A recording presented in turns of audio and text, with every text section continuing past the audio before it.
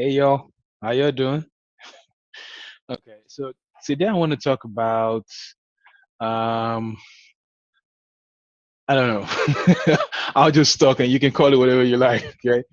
So one of my I don't know if I call it my favorite movies, but it's a movie I find intriguing is The 13th Warrior. It's an old movie. Antonio Banderas and a bunch of other guys. It's basically, Antonio Banderas is the star of the movie, as far as I'm concerned. Because the 13th Warrior is this story about um, a guy who is an Arab, and he does something really bad. Well, he was caught looking at the emir's wife or something like that.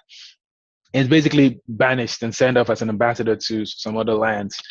And in those lands, he meets some Vikings, and you know Vikings, they're warrior people. And what ends up happening is that they hear the story about a land that's been terrorized by some unknown force, and it's killing people. And these people have asked for help. Now, in putting together the people that are going to go there and help them overcome the problem in that country where the issue is, they said they need 13 people, and the warriors all volunteer. I they have 12 people. And then the lady who's like the witch doctor, who's looking at the charms and saying who's going to go, says that the 13th warrior has to be a foreigner. So they picked Tony Banderas. And Tony Banderas is like going, no, no, no. I'm not a warrior. I'm not a fighter. I'm just a regular. I'm an ambassador. I'm a man of peace. And I say he has to be the one that goes with them for there to be a success.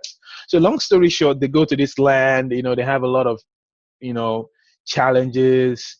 They hate Antonio Banderas. They feel he's too weak and wimpy.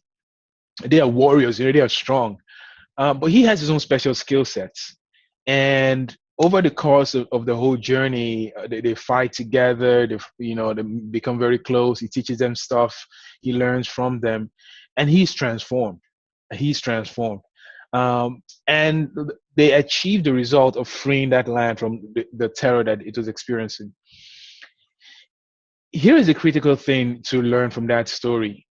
Um, if Tonio Banderas, I forgot his name in the movie, had not gone with that crew, even though they were so much stronger than him, there are a lot of stuff that he taught them how to do. He showed them how to do.